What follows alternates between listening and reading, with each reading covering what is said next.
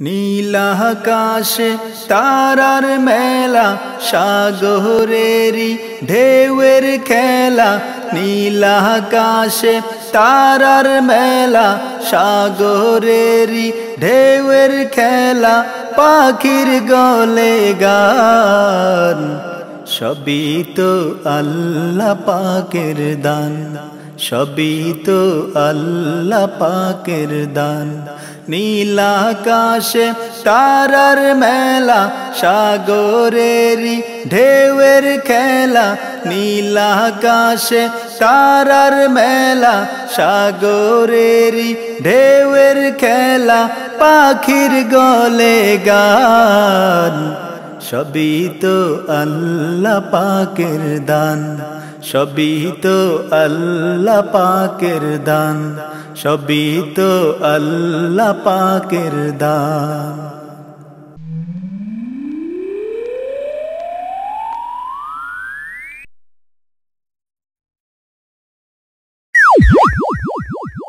হাদিস শরীফে এসেছে, কেউ যদি সূরাতুল ইখলাস 3 বার তেলাওয়াত করে আল্লাহ তাআলা তার আমলনামায় 1 খতম কোরআন শরীফের সওয়াব দান করে। চেয়ারম্যান সাহেব বলেছেন ওনার আম্মা জান অসুস্থ, আমি সূরাতুল ইখলাস পড়েছি যাতে করে আল্লাহ তাআলা এই খতমে কোরআনের উসিলায় তার মার শরীরকে পরিপূর্ণ সুস্থতা দান করে দেন, শেফায়ে আজিলা কামিলা দায়মা নসিব করে দেন। চেয়ারম্যান সাহেব, আজকের এই বিশাল ইসলামী মহা সম্মেলনে আপনি যদি না আসতেন এত বড় সওয়াবের অধিকারী হতেন না। ঠিক কিনা বলেন? শুধু চেয়ারম্যান সাহেব নয়, আপনারাও যদি না আসতেন এত বড় নিয়ামত থেকে মাহরুম হতেন। ঠিক কিনা বলেন?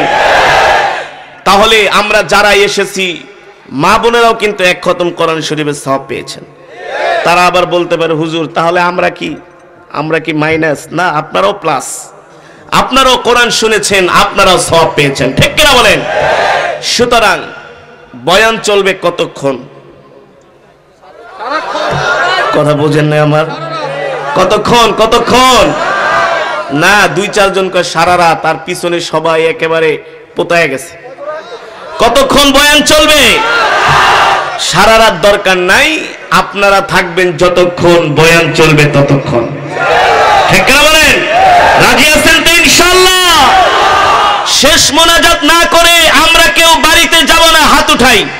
নারায়ে তাকবীর, নারায়ে তাকবীর। ওয়াদা করছেন তো? আমি হাত নামাই নাই, আপনারা নামাইতেছেন, মানে কি এখানে ঘটনা খারাপ? এই হাত উঁচা করেন। শেষ মোনাজাত না করে বাড়িতে, আল্লাহ কবুল করো। মুমিন কখনো ওয়াদার খেলাফ করে না, গর্দান চলে যায়, জীবন চলে যায়, মুমিন কখনো ওয়াদা থেকে 1 চুল পরিমাণ পিছপা হয় না। ঠিক কি বলেন? কোরআনের মাজমা জান্নাতের বাগান, এই কোরআনের মাজমায় আসলে আত্মায় শান্তি লাগে, দিল ঠান্ডা হয়ে যায়, ইমানের ব্যাটারি চার্জ হয়। এই ওয়াজ মাহফিলগুলো একে তো ধর্মীয় সভা, দ্বীনের দাওয়াত। আজকে এই মাহফিল না হলে এতগুলো মানুষ কোনোদিনই আসতেন না। নাম্বার 2, আপনাদের ওয়াজের পরে জিলাপি, আমিত্তি অথবা তেহারির প্যাকেট কোনো তোবারকও নাই, আছে? কিচ্ছু নাই। একমাত্র এসেছেন আল্লাহর কোরআনের তেলাওয়াত শুনে হৃদয়কে তৃপ্ত করার জন্য, ঠান্ডা করার জন্য। ঠিক কিনা বলেন? যেই হৃদয়গুলো আল্লাহর কোরআনকে ভালোবাসে, ওই হৃদয়, ওই কল্ব আল্লাহ জাহান্নামের আগুনে জ্বালাবেন না। ঠিক কিনা বলেন? তাহলে আজকের এই বিশাল ইসলামী মহা সম্মেলন, এই সম্মেলন এটাই প্রমাণ করে এদেশের মুসলমান জীবনের চাইতে ইসলামকে ভালোবাসে, এদেশের মুসলমান জীবনের চাইতে আল্লাহর কোরআনকে ভালোবাসে, এদেশের মুসলমান দ্বীনের জন্য জীবন দিতে রাজি, রক্ত দিতে রাজি। ঠিক কিনা বলে?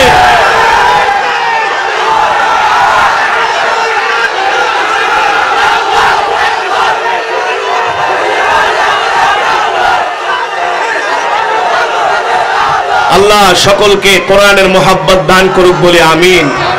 আরে আমরা তো সেই মুসলমান, আমরা তো সেই কালেমাওয়ালা মুসলমান,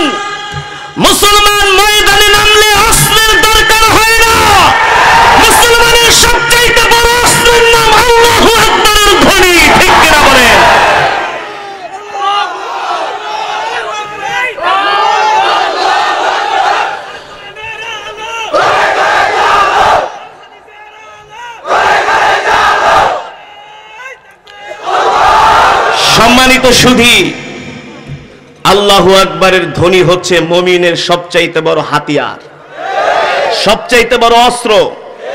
ঠিক কিনা বলেন? এই কোরআনের মাজমা, জান্নাতের বাগান, এখানে আসলে মুমিনের ইমানের ব্যাটারিটা চার্জ হয়। চার্জ, মোবাইল যেমন চার্জ না হলে কাজ করে না, মুমিনের ইমানের ব্যাটারি চার্জ না দিলেও ইমান কাজ করে না, দুর্বল হয়ে যায়। ঠিক কিনা বলেন? সুতরাং যে কোরআন আমরা শুনেছি, এই কোরআন কালামুল্লাহ। কার কথা? জোরে বলেন। আল্লাহর কথা। আল্লাহ তাআলা বিশ্ব নবীকে দুনিয়ার জমিনে কোরআন দিয়ে পাঠালেন। ইন্না আনজালনা ইলাইকা যিকরা লিতুবাইয়িনা লিন-নাস। ও নবী, আমি আপনাকে যে কোরআন দান করেছি, এই কোরআন দিয়ে আপনি মানুষকে বয়ান করেন। বয়ান কি করেন? আল্লাহ তাআলা পৃথিবীর জমিনে যতগুলো পয়গম্বর পাঠিয়েছেন, প্রত্যেকটা পয়গম্বরকে আল্লাহ বক্তা বানিয়ে পাঠিয়েছেন। ওয়াইস কি? জোরে বলেন কি? ওয়াইস। ওয়াইস ইন্না মিনাল বায়ানি লাসিহরুন। আল্লাহর নবীর বয়ানে এমন জাদু ছিল, আল্লাহর নবীর বয়ানের মধ্যে এমন জীবন কাঠি ছিল, আল্লাহর নবীর বয়ান শুনে কাফেররা কালেমা পড়ে মুসলমান হয়ে গিয়েছে। তাদের মধ্য থেকে একজন আল্লাহর নবী মক্কার কাফেরদের কাছে কোরআনের দাওয়াত দেয়। মক্কার কাফেরেরা কোরআনের দাওয়াত তো গ্রহণ করেই না, উল্টা আমার নবীকে মক্কার কাফেরেরা বলে, ইয়া মুহাম্মদ আনতা মাজনুন, আনতা কাযযাব, আনতা সাহির। নাউযুবিল্লাহ। আল্লাহর নবী যখন কোরআনের কথা বলে, মক্কার কাফেরেরা বলে মুহাম্মদ সাল্লাল্লাহু আলাইহি সাল্লাম নিজে কবিতা বানায় বানায় কোরআন বলে চালায় দেয়। আল্লাহ কোরআনের মধ্যে আয়াত নাজিল করলেন, ওয়ামা আল্লামনাহু আশ-শি'রা ওয়ামা ইয়ানবাগী লাহু ইন হুয়া ইল্লা যিকরু ওয়া কুরআনুম মুবিন। আল্লাহ বলছেন, ও দুনিয়ার মানুষ, আমার বন্ধু কোনো কবি নয়। আমার বন্ধু তোমাদের সামনে যেটা তেলাওয়াত করে, এটা কোনো কবির কাব্য নয়। আর আমার নবী কবি হবে, এটা তার পক্ষেও শোভা পায় না। আমার নবী তার জবান থেকে যে কথাগুলো তোমাদের সামনে বলে, যেটা তোমাদের সামনে তেলাওয়াত করে, এটা হচ্ছে কালামুল্লাহ, আল্লাহর কথা। আল্লাহ রাব্বুল আলামিন নবীকে নির্দেশ দিলেন, ও নবী, আপনি কোরআনের দাওয়াত নিয়ে মক্কার জমিনে বেরিয়ে যান। শুধু আপনি একা একাই কোরআন তেলাওয়াত করবেন না, এই কোরআনকে মক্কার জমিনে প্রতিষ্ঠিত করতে হবে। আল্লাহু আকবার। তার কারণ হলো ইন্নাদ-দীনা ইনদাল্লাহিল ইসলাম। আল্লাহর কাছে মনোনীত ধর্ম হচ্ছে পৃথিবীর একমাত্র শান্তির ধর্মের নাম কি? জোরে বলেন। পৃথিবীর কোন লেখক, কোন গবেষক, কোন সাহিত্যিক, কোন দার্শনিক বলতে পারবে না আজ পর্যন্ত মুসলমানের দ্বারা অন্য ধর্মাবলম্বীরা আক্রান্ত হয়েছে। বলতে পারবে? মুসলমান কারো বাড়ি জ্বালায় নাই, কারো ঘর জ্বালায় নাই, কারো দেশ দখল করে নাই। অথচ যারা মুসলমানদেরকে সন্ত্রাসী বলে, জঙ্গি বলে, তারাই হচ্ছে সন্ত্রাস এবং জঙ্গিদের আশ্রয়দাতা। তাদের দেশগুলো হচ্ছে জঙ্গিদের ফ্যাক্টরি। অথচ আমাদের ধর্ম হচ্ছে শান্তির ধর্ম। ইন্নাদ-দীনা ইনদাল্লাহিল ইসলাম। আল্লাহর কাছে মনোনীত ধর্ম হচ্ছে ইসলাম। ঠিক কিনা বলেন? এই ইসলাম, এই দ্বীনকে বিজয় করার জন্য আল্লাহর নবী তায়েফের ময়দানে কাফেরদের পাথরের আঘাত খেয়েছেন। খেয়েছে কি খেয়েছে না? আল্লাহর নবী উহুদের ময়দানে এই দ্বীনের জন্য দান মোবারক শহীদ করেছে। করেছে কি করেছে না? আমরা যদি এই দ্বীনের কথা বলি, আমাদের কিছু ভাই আমাদেরকে বয়ান দেয়, ওয়াজ করে, বলে হুজুর আল্লাহর দ্বীন আল্লাহ হেফাজত করব, আপনি করার কে? কথা কোন? আল্লাহর দ্বীন আল্লাহ কি আরশ থেকে এসে হেফাজত করবে? না না না, আল্লাহর দ্বীন আল্লাহ হেফাজত করবে না। আল্লাহর দ্বীন হেফাজত করবে মুসলমানেরা, আল্লাহর দ্বীন হেফাজত করবে মুসলিম যুবকেরা। আল্লাহর দ্বীন, আল্লাহর হেফাজত, আল্লাহর দ্বীনকে হেফাজত করার জন্য এগিয়ে এলেন আল্লাহর পয়গম্বরের প্রিয় স্ত্রী হযরত খাদিজাতুল কুবরা। ঠিক কিনা বলেন? নবীকে প্রস্তাব দিচ্ছেন, ওগো নবী মুহাম্মদ সাল্লাল্লাহু আলাইহি সাল্লাম, আপনি আল্লাহর দ্বীনের জন্য কষ্ট করতেছেন, কোরআনের দাওয়াত দিচ্ছেন, আমি আপনার সহযোগী হতে চাই, আমি আপনার সহযোগী হতে চাই। মেহেরবানি করে আপনি যদি আমাকে বিবাহ করেন, আমিও আপনার সাথে দ্বীনের জন্য কাজ করব। আল্লাহু আকবার। আল্লাহর দ্বীনকে হেফাজত করার জন্য আমিরুল মুমিনিন খলিফাতুল মুসলিমিন ওমর কালেমা পড়ে মুসলমান হয়েছেন, আবু বকর কালেমা পড়ে মুসলমান হয়েছেন। ঠিক কিনা বলেন? ও মুসলমান, এই পৃথিবীর জমিনে মুসলমান যদি আল্লাহর কোরআনকে আঁকড়ে ধরে, পৃথিবীর এমন কোন সুপার পাওয়ার নাই, পরাশক্তি নাই মুসলমানদেরকে পরাজিত করতে পারে। ঠিক কিনা বলেন? আজকে সারা পৃথিবীতে মুসলমান মার খায়। আজকেও প্যালেস্টাইনে 1000 মুসলমানদের ঘর বাড়িকে ঘুরিয়ে দেয়া হয়েছে। গতকালকে আমেরিকার ডোনাল্ড ট্রাম্পের সমর্থকগুলো সে দেশে এমন তাণ্ডব লীলা চালিয়েছে, এটা যদি কোনো মুসলমান দেশে করতো তাইলে বলতো সব জঙ্গি সন্ত্রাস। বলতো কি বলতো না? জোরে বলেন। আরে আমরা জঙ্গি নয়, সন্ত্রাস নয়, এই পৃথিবীর জমিনে সবচাইতে শান্তিকামী মুক্তিকামী জনতা হচ্ছে মুসলমান। ঠিক কিনা বলেন? ঠিক আল্লাহর নবীর সাহাবীরা আল্লাহর জমিনে দ্বীনকে কায়েম করার জন্য, প্রতিষ্ঠিত করার জন্য আল্লাহর পয়গম্বর তায়েফের ময়দানে রক্ত দিয়েছেন, উহুদের ময়দানে দান শহীদ করেছেন।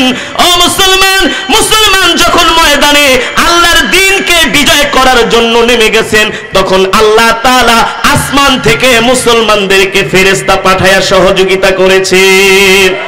করেছে কি করেছে না? আজকে আমরা মুসলমানরা বিভিন্ন দলে বিভক্ত হয়ে গেছি, এক মুসলমান আরেক মুসলমানকে সহ্য করতে। এ কারণে ইহুদি খ্রিস্টানরা আমাদের ঘাড়ে চেপে বসেছে। ঠিক কিনা বলেন? অথচ আল্লাহর নবীর সাহাবীরা ছিলেন এক, মাত্র 313 জন সাহাবী বদরের প্রান্তরে ইসলামকে বিজয়ী করার জন্য জিহাদের ময়দানে নেমে গেছেন। আল্লাহর নবীর সৈন্য সংখ্যা হচ্ছে মাত্র 313 জন, আর কাফেরদের সংখ্যা হচ্ছে 1000। কয় হাজার? 1000-এর বিরুদ্ধে কখনো 313 জন লড়াই করে পারে? আল্লাহর নবী 313 জন নিয়ে ময়দানে নেমে গেলেন বদরের প্রান্তরে। আল্লাহর নবী সাহাবীদেরকে বললেন, ও সাহাবীরা ওযুর পানি দাও। ওযুর পানি দেয়া হলো। আল্লাহর নবী ওযু করে মুসল্লা নিয়ে নামাজে দাঁড়ায় গেলেন। 2 রাকাত নামাজ পড়ে সিজদায় যেয়ে বলছেন, আল্লাহ, ও মালিক, যুগের পর যুগ 21টা বছর মার খেয়ে খেয়ে মাত্র 313 জন জোগাড় করেছি। এই 313 জন নিয়ে ময়দানে নেমেছি তোমার দ্বীনকে বিজয়ী করার জন্য।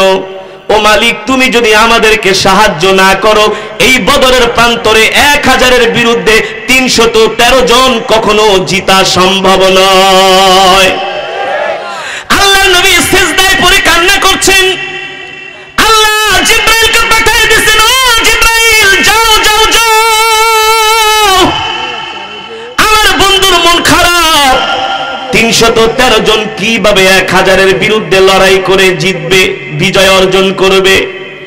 আল্লাহ তাআলা বলে, জিবরাইল, যাও যাও যাও, বিজয় অর্জন করার মালিক তো আমার বন্ধু নয়, বিজয় দেওয়ার মালিক হচ্ছেন আমি আল্লাহ। বালা ইন তাসবিরু ওয়া তাত্তাকু ওয়া ইয়াতুকুম মিন ফাওরিহিম হাদা ইউমদিদুকুম রাব্বুকুম বিখামসাতি আলাফিম মিনাল মালাইকাতি মুসাউমিমিন। আল্লাহর নবী 313 জন সৈনিক নিয়ে বদরের প্রান্তরে লড়াই শুরু করে দিলেন। আল্লাহ তাআলা মুসলমানদেরকে সাহায্য করার জন্য আসমান থেকে মালাইকা 5000 ফেরেশতা পাঠিয়েছেন। আরো আস্তে কোন, আরো আস্তে। ওয়ায়ুমদিদকুম রাব্বুকুম বিখামসাতি আলাফিম মিনাল মালাইকাতি মুসাউমিমিন। কয় হাজার ফেরেশতা? বদরের প্রান্তরে কাফেরদের সাথে লড়াই শুরু হয়ে গেছে। আকাশ থেকে 5000 ফেরেশতা আল্লাহ নামায় দিছে, আর কাফেরদেরকে ফেরেশতারা জনমের মতো কুচুকাটা করছে, ঠিক কিনা বলে? মাত্র 313 জন 1000 কে মেরে একেবারে হোতায় ফেলাইছে। সাহায্য করেছেন কে? বিজয় দিয়েছেন কে? আমরা তো এমন মুসলমান, ও যুবক, দিনের কথা তোমার ভালো লাগে না, ইসলামের কথা শুনলে তোমার কাছে ভালো লাগে না, কোরআনের তেলাওয়াত শুনলে তোমার কাছে ভালো লাগে না, এমন মুসলমান আছে কি আছে না? আছে না? অথচ আল্লাহর পয়গম্বর সাহাবীরা দ্বীনের জন্য জীবন দিয়েছেন, ঠিক কিনা বলেন? আল্লাহর নবী মুতার প্রান্তরে 1 লক্ষ রোমান সৈন্যদের বিরুদ্ধে মাত্র 3000 সৈন্য প্রেরণ করলেন। কয় হাজার? কাফেরদের সংখ্যা কয় লাখ? 1 লাখ। মুসলমানের সংখ্যা অনলি 3000। 1 লক্ষের বিরুদ্ধে লড়াই করে কখনো 3000 সৈন্য জিতা সম্ভব? বিজয় অর্জন করা? কিন্তু বিজয় দেওয়ার মালিক কে? হাবিবে কিবরিয়া রাহমাতুল লিল আলামিন 3000 সাহাবীদেরকে প্রস্তুত করলেন কাফেরদের বিরুদ্ধে লড়াই করার জন্য, মুতার প্রান্তরে প্রেরণ করবেন। আল্লাহর নবী সাহাবীদেরকে সামনে নিয়ে ভাষণ দিচ্ছেন। ভাষণ। আপনাদের কাছে আমার প্রশ্ন, একটা যুদ্ধের জন্য সেনাপতি কয়জন দরকার? জোরে বলেন। আল্লাহর নবী, বিশ্ব নবী রাহমাতুল লিল আলামিন যাদেরকে মুতার প্রান্তরে প্রেরণ করবেন, এই বাহিনীর জন্য রাহমাতুল লিল আলামিন প্রথম ডাক দিলেন, ও আমার পালক পুত্র যায়েদ ইবনে হারেসা, তুমি কোথায়? লাব্বাইক ওয়া সাদাইক ইয়া রাসূলুল্লাহ। ওগো আমার পিতা, আপনার জন্য আমার জান কুরবান হয়ে যাক। রাহমাতুল লিল আলামিন বলে, ও যায়েদ, তুমি মুতার যুদ্ধে সেনাপতির দায়িত্ব পালন করবে। আল্লাহু আকবার। নাম্বার 1 সেনাপতি যায়েদ ইবনে হারেসা। দ্বিতীয় নম্বরে হাবিবে কিবরিয়া রাহমাতুল লিল আলামিন বলে, ও জাফর, তুমি কোথায়? দাঁড়িয়ে যাও। দ্বিতীয় নম্বরে মুতার প্রান্তরে তুমি সেনাপতির দায়িত্ব পালন করবে। কয়জন? একটা যুদ্ধে একজন সেনাপতি দরকার, কিন্তু আল্লাহর নবী অলরেডি 2 জনের নাম। দ্বিতীয় জন ঘোষণা করার পরে আল্লাহর নবী বললেন, ও আমার প্রিয় সাহাবী আব্দুল্লাহ বিন রাওহা, দাঁড়ায় যাও। আব্দুল্লাহ বিন রাওহা দাঁড়ায় গেলেন। রাহমাতুল লিল আলামিন বললেন, ও আব্দুল্লাহ বিন রাওহা, মুতার প্রান্তরে তুমিও সেনাপতির দায়িত্ব পালন করবে। আল্লাহর নবী এক এক করে 3 জন সেনাপতির নাম ঘোষণা করলেন। সাহাবীদের মাঝে গুঞ্জন শুরু হয়ে গেল। সাহাবীদের মাঝে গুঞ্জন শুরু হয়ে গেল। একটা যুদ্ধের জন্য মাত্র 1 জন সেনাপতি দরকার। আজকে আল্লাহর নবী 3 জন সেনাপতির নাম ঘোষণা করেছেন। এতে করে বোঝা যায় 3 জনের 1 জনেও মুতার প্রান্ত থেকে আর ফিরে আসবে না। আল্লাহর দ্বীনের জন্য তাদের জানকে কুরবানি করতে হবে মুতার প্রান্তরে, ঠিক কিনা বলেন? 3 জনের নাম ঘোষণা করলে আমরা বলতাম, ওগো নবীজি, 3 জনের নাম যেহেতু ঘোষণা করছেন, নিশ্চিত আমরা মুতার প্রান্তরে মারা যাব। মুতার প্রান্তরে আমি সেনাপতির দায়িত্ব পালন করতে পারবো না, এমন বেঈমানি আমরা করতাম।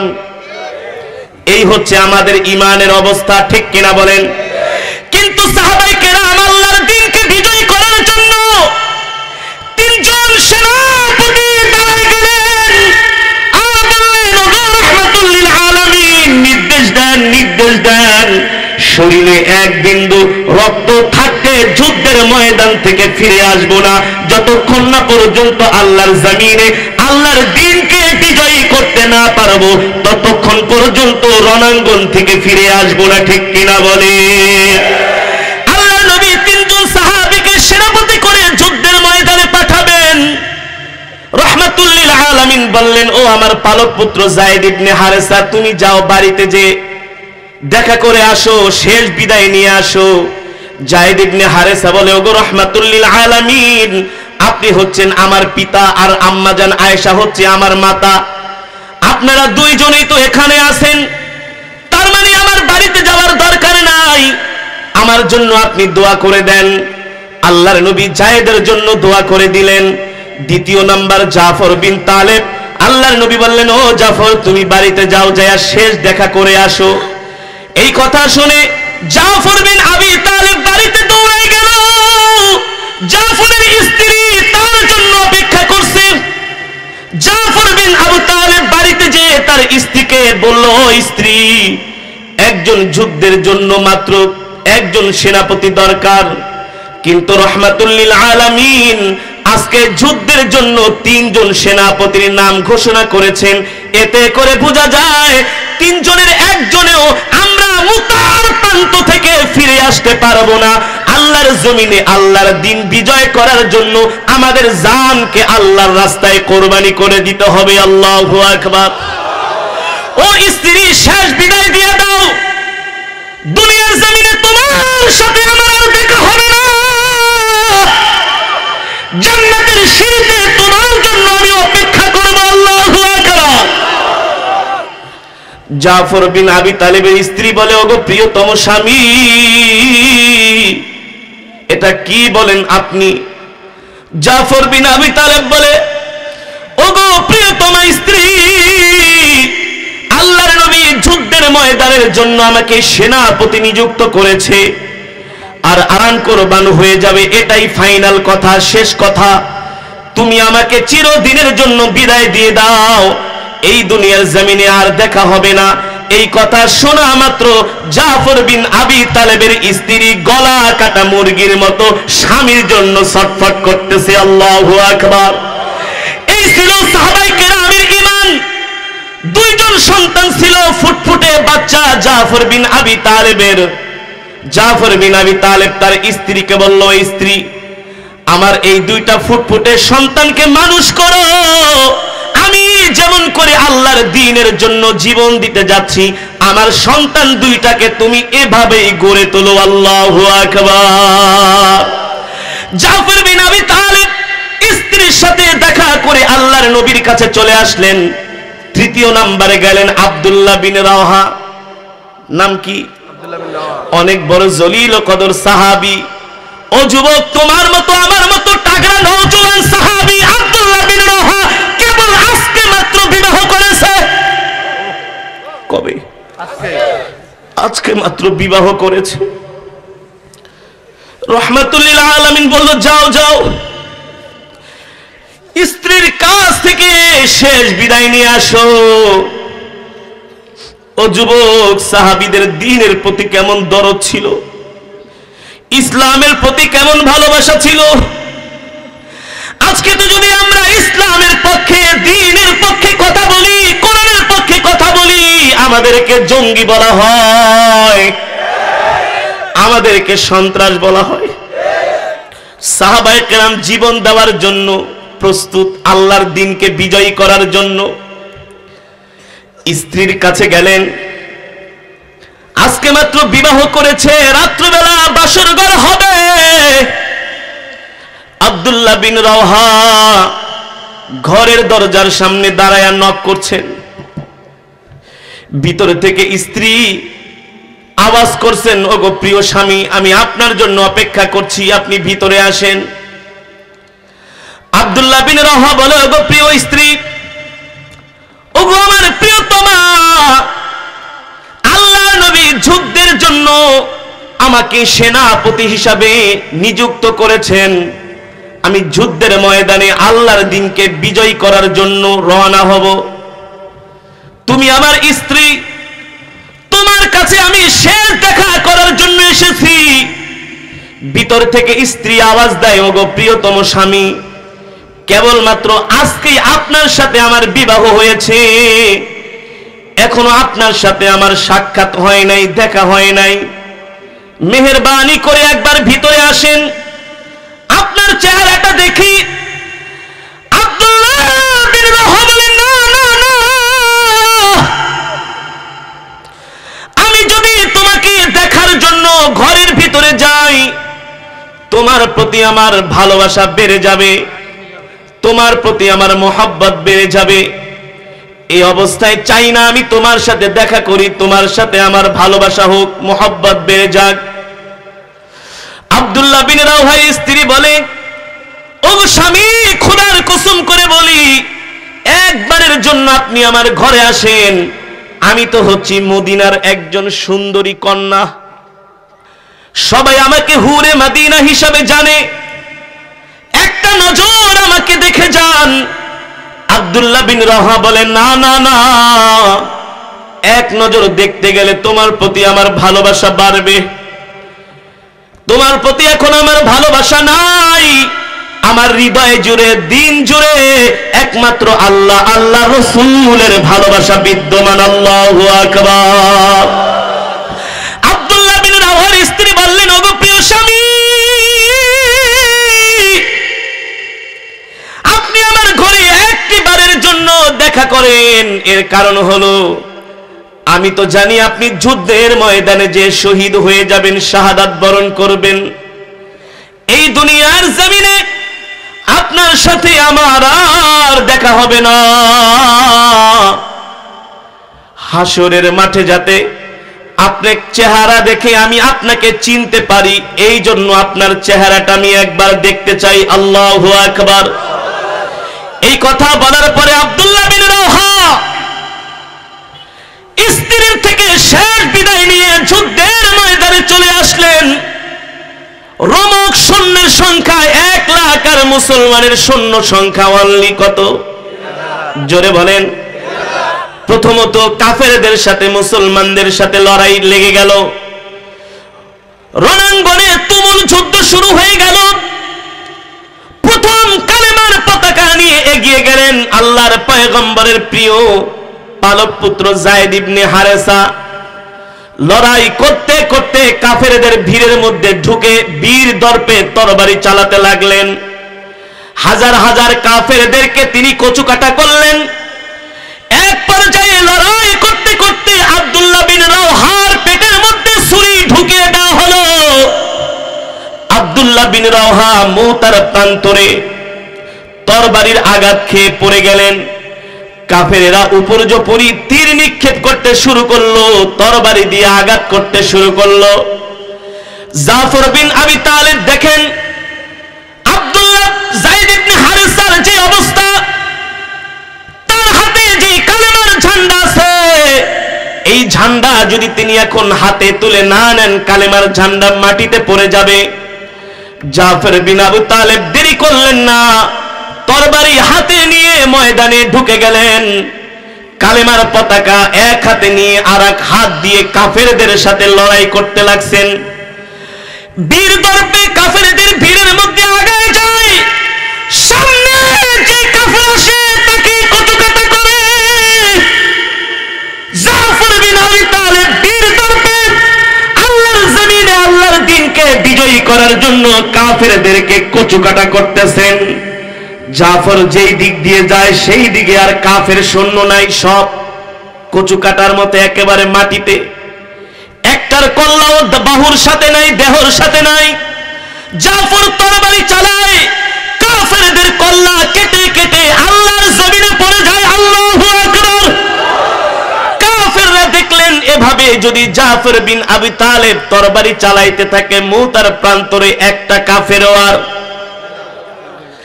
জাফর বিন আবি তালেবকে লক্ষ্য করে কাফেরদের বিশাল এক বাহিনী জাফর বিন আবি তালেবের দিকে এগিয়ে গেলেন। একটা তীর নিক্ষেপ করলেন, তার বাহুর মধ্যে লাগলো। আরেকজন কাফের যে জাফর বিন আবু তালেবের ডান হাতের মধ্যে তরবারি দিয়ে একটা কোপ মারলেন। এক কোপে তার বাহু থেকে হাত দ্বিখণ্ড হয়ে গেল। এবার জাফর বিন আবি তালেব পতাকাটাকে এভাবে হাতের মধ্যে গুজে আরেক হাত দিয়ে তিনি কাফেরদের সাথে লড়াই করতে শুরু করলেন। দীর্ঘক্ষণ সময় লড়াই করতে করতে কাফেরেরা আরেকটা কোপ মারলেন, জাফর বিন আবি তালেবের বাম হাতও কেটে গেল। এই অবস্থায় কি করবেন? কালেমার পতাকাকে জাফর বিন আবি তালেব মাটিতে পড়তে দিলেন না। দাঁত দিয়ে কামড়িয়ে ধরে মুতার প্রান্তরে জাফর বিন আবি তালেব দাঁড়ায় আছেন, একজন কাফের এসে তার ডান পাটা কেটে দিল। আর মুতার প্রান্তরে জাফর দাঁড়ায়া থাকতে পারে না, মাটিতে পড়ে গেলেন। আর একজন কাফের এসে জাফর বিন আবি তালেবের বাম পাটাও কেটে দিল। আল্লাহর নবীর সাহাবী জাফর বিন আবি তালেবের ডান হাতও নাই, বাম হাতও নাই, ডান পাও নাই, বাম পাও নাই। দূর থেকে তাকায় দেখছেন আবু উবাইদা ইবনুল জাররাহ।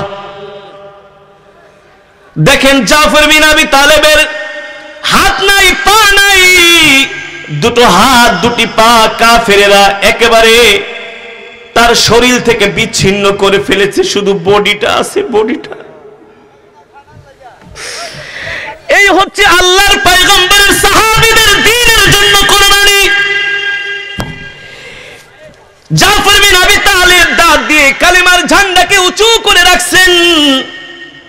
দূর থেকে আব্দুল্লাহ বিন রাওহা এসে কালেমার পতাকাটা জাফর বিন আবি তালেবের মুখ থেকে, দাঁত থেকে টান দিয়ে নিয়ে তিনি হাতে নিয়ে, এক হাতে ঝান্ডা আর এক হাতে তরবারি নিয়ে কাফেরদের সাথে লড়াই করছেন। আবু উবাইদা বলেন, জাফরের এই দৃশ্য দেখে আমি আর সহ্য করতে পারলাম না। আল্লাহর দ্বীনের জন্য জাফর তার দুই হাত হারিয়েছে, দুই পা পর্যন্ত হারিয়েছে। একটা হাত দেখি এক কোণায় পড়ে আছে, আর এক হাত আর এক কোণায়, পা দুটি দুই জায়গায় বিচ্ছিন্ন হয়ে আছে। আবু উবাইদা বলেন, আমি জাফরের দুইটা হাত দুইটা পা একসাথে করলাম, তার বাহুর সাথে লাগালাম, আমি তার পুরো শরীরে চুমা খাইলাম। জাফর বিন আবি তালেব মুতার প্রান্তরে তার শরীর থেকে হাত পা যখন বিচ্ছিন্ন হয়ে গেল, আল্লাহর নবীর কাছে জিব্রাইল চলে গেছেন, ওগো নবীজি, আপনার প্রিয় সাহাবী একটু আগে জাফর মুতার প্রান্তরে দ্বীনের জন্য শাহাদাত বরণ করেছেন। আল্লাহু আকবার। আল্লাহর নবী বলে, ও জিব্রাইল, আমার জাফর কিভাবে শাহাদাত বরণ করেছে? বলে, তার দুটা হাত দুটো পা তার শরীর থেকে, বাহু থেকে বিচ্ছিন্ন করা হয়েছে, তারপরও আপনার প্রিয় সাহাবী কালেমার ঝান্ডাকে দাঁত দিয়ে কামড় দিয়ে উঁচু করে রেখেছেন। আল্লাহু আকবার। জোরে বলেন আল্লাহু আকবার। এইদিকে জাফর বিন আবি তালেব যখন একেবারে অন্তিম সজ্জায়, জান বের হবে এই অবস্থায় আবু উবাইদাকে ডেকে বলছেন, ও আবু উবাইদা, এদিকে আসেন। আল্লাহর নবীকে বলবেন, মুতার প্রান্তরে দ্বীনের জন্য আমি দুই হাত হারিয়েছি, দুই পা হারিয়েছি, জীবন দিয়েছি, কালেমার পতাকাকে অপমান করতে দেই নাই। আল্লাহু আকবার। কালেমার পতাকাকে আমি দাঁত দিয়ে উঁচু করে রেখেছি। আল্লাহর নবীর কাছে আপনি এই খবরটা দিবেন। আবু উবাইদা বলেন, যেই দিন মুতার যুদ্ধ শেষ হয়ে গেল, আমি রাত্রবেলা স্বপ্ন দেখলাম জাফর জান্নাতের মধ্যে ফেরেশতাদের সাথে ঘুরে বেড়াচ্ছেন। আমি জিজ্ঞেস করলাম, ভাই জাফর, তুমি দ্বীনের জন্য হাত হারাইলা, পা হারাইলা, শেষ পর্যন্ত কালেমার ঝান্ডাটাকে মাটিতে পড়তে দাও নাই, আল্লাহর দ্বীনের জন্য এত কোরবানি করেছো, আল্লাহ তোমার সাথে কি ব্যবহার করেছে? জাফর বলে, আবু উবাইদা, আল্লাহর দ্বীনের জন্য হাত হারানোর কারণে, পা হারানোর কারণে আল্লাহ জান্নাতে পাখির মতো আমাকে দুইটা পাখা দান করেছে, আর ওই পাখা দিয়ে আমি ফেরেশতাদের সাথে ঘুরে ঘুরে আল্লাহর জান্নাত দেখতেছি। আল্লাহু আকবার। জোরে বলেন আল্লাহু আকবার। জাফরের শহীদ হওয়ার কথা জিব্রাইল যখন আল্লাহর নবীকে জানিয়ে দিলেন, রহমাতুল লিল আলামিন দৌড়িয়ে বাড়িতে গেলেন। জাফরের ফুটফুটে দুটি বাচ্চা ছিল। আল্লাহর নবীকে দেখে জাফরের বাচ্চা দুইটা দৌড়ে আসছে আল্লাহর নবীর কাছে, এসে বলে, আপনি কি আমাদের বাবার খবর নিয়ে আসছেন? আমাদের বাবা কখন যুদ্ধের ময়দান থেকে আসবে আমরা বাবার জন্য অপেক্ষা করছি, বাবার সাথে দেখা করার জন্য। আল্লাহর নবী ফুটফুটে দুটি বাচ্চার কথা শুনে সহ্য করতে পারলেন না, বুকের মধ্যে জড়ায় ধরলেন আর জাফরের স্ত্রীর কাছে চলে গেলেন। জাফরের স্ত্রীর কাছে যে আল্লাহ নবী বললেন, ও জাফরের স্ত্রী,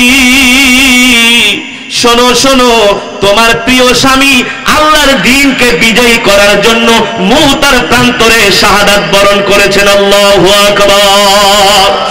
ও মুসলমান, আল্লাহর পয়গম্বরের সাহাবীরা আল্লাহর দ্বীনকে বিজয় করার জন্য নিজের জীবন পর্যন্ত দিয়েছেন। আল্লাহর জমিনে আল্লাহর কোরআনকে প্রতিষ্ঠা করার জন্য, খেলাফত প্রতিষ্ঠা করার জন্য আমরাও আমাদের জান মাল আল্লাহর রাস্তায় দিতে রাজি আছি। ঠিক কিনা বলেন?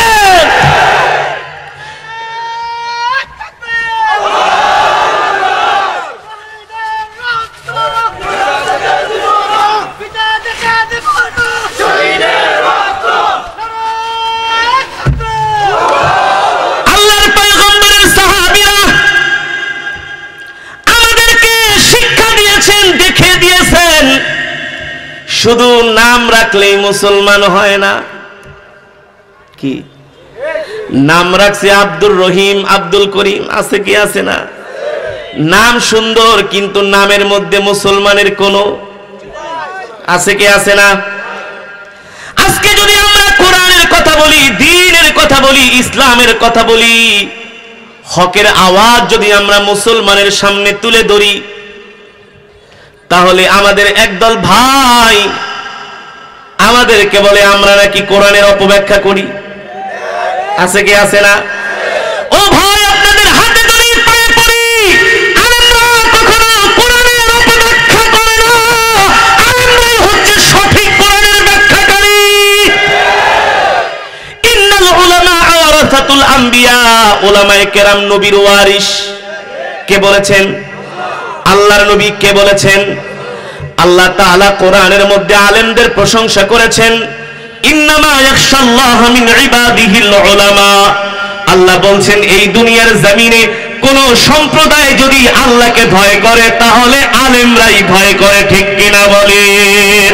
করে কি করে না? বাংলার জমিনে যদি আলেম না থাকে, এক জনপদের মুসলমান বেঈমান হয়ে যাবে। আলেম না থাকলে এ জনপদের মুসলমান ঈমান হারা হবে কি হবে না? বলবেন না হুজুর আপনাদের দরকার নাই। কি আমরা নিজেরাই কোরআন পড়ে অনেক বড় আলেম হব? সম্ভব? জোরে বলেন। একজন পাইলটকে যদি তাকে বিমান চালাইতে না দিয়া ইঞ্জিনিয়ারের কাজ দেয়, রডের বদলে বাঁশ দিবে? দিবি কি দিবে না? যে পাইলট তার কাজ হচ্ছে বিমান চালানো, যে ইঞ্জিনিয়ার তার কাজ হচ্ছে বিল্ডিং এর ড্রয়িং করা।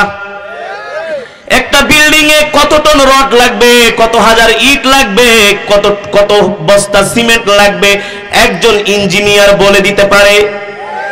একজন পাইলট কিয়ামতের আগ দিন পর্যন্ত বলতে পারবে? সুতরাং কোরআনের সঠিক ব্যাখ্যা কেবলমাত্র আলেমরাই করতে পারে, আলেম ছাড়া কেউ করতে পারে না। ঠিক কিনা বলেন? ও মুসলমান, এ কারণে বলবো, আল্লাহর পয়গম্বরের সাহাবীরা দ্বীনের জন্য জান দিয়েছেন, মাল দিয়েছেন, দেশ থেকে অন্য দেশে ইসলামের জন্য হিজরত করেছেন। ইন্নাদ দীনা ইনদাল্লাহিল ইসলাম, আল্লাহর কাছে মনোনীত ধর্ম হচ্ছে ইসলাম। আল ইয়াউমা আকমালতু লাকুম দীনাকুম ওয়া আতমামতু আলাইকুম নি'মাতি ওয়া রাদিতু লাকুমুল ইসলাম দীনা। এই পৃথিবীর জমিনে একমাত্র কমপ্লিট জীবন ব্যবস্থার নাম হচ্ছে ইসলাম। আজকে ইসলামের সৌন্দর্য দেখে বিধর্মীরা কালেমা পড়ে মুসলমান হচ্ছে। ঠিক কিনা বলেন? ইসলামের সৌন্দর্য দেখে বিধর্মীরা কালেমা পড়ে মুসলমান হচ্ছে, আর দিন দিন মুসলমানেরা ইসলামের ক্ষতি করছে। হ্যাঁ, দিন দিন মুসলমানেরা ইসলামের ক্ষতি করছে। এটা এই জামানায় না, আল্লাহর নবীর জামানা থেকেও কিছু মুনাফিক মার্কা মুসলমান ছিল। ছিল কি ছিল না? আল্লাহর নবীর কাছে আয়েশা বলতো, মুহাম্মদ সাল্লাল্লাহু আলাইহি ওয়াসাল্লাম আমি আপনার সাথে আছি, পিছনে গেলে আল্লাহর নবীর বিরুদ্ধে ষড়যন্ত্র। ও যুবক, তুমি মনে করেছো তুমি জান্নাত এভাবেই পেয়ে যাবে? না না না, জান্নাত যদি একেবারে রসগোল্লার মতো পেয়ে যাওয়া যেত, জান্নাত যদি একেবারে কষ্ট ছাড়াই পাওয়া যেত, তাহলে আল্লাহর পয়গম্বরের সাহাবী জাফর বিন আবি তালেব মুতার প্রান্তরে হাত পা জীবনটা ইসলামের জন্য কোরবানি করত না, ঠিক কিনা বলেন? আল্লাহর নবী হাসরের মাঠে যখন দাঁড়াবে, নবীজি বলবেন, আমার উম্মতেরা আমার শরীরের দিকে তাকায় দেখো, আমি আল্লাহর জমিনে আল্লাহর দ্বীনকে বিজয় করার জন্য উহুদের ময়দানে কাফেরেরা আমার দান মোবারক শহীদ করেছে। ও আমার উম্মতেরা তাকায় দেখো, তাইফের ময়দানে আল্লাহর দ্বীন বিজয় করার জন্য, দ্বীনের দাওয়াত দেওয়ার জন্য কাফেরেরা আমার গায়ে পাথরের আঘাত নিক্ষেপ করে আমার শরীরকে ক্ষত বিক্ষত করেছে। আমার সাহাবীদের দিকে তাকায় দেখো, আমার আবু বকরকে কাফেরেরা দ্বীনের কথা বলার কারণে, ইসলামের কথা বলার কারণে আমার আবু বকরকে কাফেরেরা জুতোর বাড়ি পর্যন্ত দিয়েছে। আমার ওমরের দিকে তাকায় দেখো, আমার ওমরকে কাফেরেরা ছুরি আঘাত করে শহীদ করেছে। আমার ওসমানের দিকে তাকায় দেখো, আমার ওসমান আমার আল্লাহর দ্বীন বিজয় করার জন্য কাফেরেরা তাকে তীর নিক্ষেপ করে শাহাদাত বরণ করেছে। আমার আলীর দিকে তাকায় দেখো, আমার আলী যুদ্ধের প্রান্তরে কাফেরদের তরবারির আঘাত খেয়ে আলীর শরীর ক্ষত বিক্ষত হয়েছে। আমার বেলালের দিকে তাকায় দেখো, আমার বেলাল আল্লাহর জমিনে আল্লাহর দ্বীন প্রতিষ্ঠা করতে যে কাফেরেরা আমার বেলালকে লোহার রড গরম করে করে শরীরের মধ্যে সেকা দেওয়া হয়েছে। সত্য নাকি মিথ্যা? জোরে বলেন। আল্লাহর নবী বললেন, সাহাবীরা, আমার সাহাবীরা দ্বীনের জন্য শাহাদাত বরণ করেছে। আমার সাহাবীদের কারোই স্বাভাবিক মৃত্যু হয় নাই। আমার ওমর, আমার ওসমান, আমার আলী দ্বীনের জন্য কাফেরদের তরবারির আঘাত খেয়েছে। আমি নবী দ্বীনের জন্য উহুদের ময়দানে দান মোবারক শহীদ করেছি, কাফেরদের পাথরের আঘাত খেয়েছি। আমার শরীরে অসংখ্য দাগ, আমার শরীরে অসংখ্য তরবারির দাগ, পাথরের দাগ, কিন্তু তোমরা আমার উম্মত, তোমাদের শরীরের মধ্যে দেখতেছি কোনো দাগই নাই। তার মানে তোমরা দ্বীনের জন্য কোনো কোরবানি করো নাই, ইসলামের পক্ষে কথা বলো নাই, ঠিক কিনা বলেন? সাবধান সাবধান, বাংলার কোটি কোটি যুবক বেঁচে থাকতে যদি ইসলামের অপমান হয়, দ্বীনের অপমান হয়, কোরআনের অপমান হয়, রাসূলের অপমান হয়, আল্লাহর নবীর কাছে হাসরের মাঠে আমরা জবাব দিতে পারবো না, ঠিক কিনা বলেন? ঠিক আল্লাহর নবীর সাহাবীদের পাশাপাশি আম্মাজান খাদিজাতুল কুবরা ইসলামের জন্য তার সম্পদগুলো আল্লাহর রাস্তায় ব্যয় করেছেন কি করেছেন না? আল্লাহর নবী যখন হেরা গুহায় মগ্ন ছিলেন, হেরা গুহায় যখন ধ্যানে পড়েছিলেন, আম্মাজান খাদিজাতুল কুবরা আল্লাহর পয়গম্বরের জন্য খাবার রান্না করে করে হেরা গুহায় দিয়ে আসতেন। তার সম্পদগুলো আল্লাহর দ্বীনের জন্য কোরবানি করেছেন। মুসলমানদের জন্য সর্বপ্রথম মহিলাদের মধ্যে যিনি শাহাদাত বরণ করেছেন তিনি হচ্ছেন হযরত সুমাইয়া রাদিয়াল্লাহু তাআলা আনহা, ঠিক কিনা বলে? যেমন করে আল্লাহর নবীর সাহাবীরা দ্বীনের জন্য ময়দানে শাহাদাত বরণ করেছেন, তাদের স্ত্রীরাও দ্বীনের জন্য, আল্লাহর দ্বীনের জন্য তারা ত্যাগ স্বীকার করেছেন, কোরবানি করেছেন, ঠিক কিনা বলে?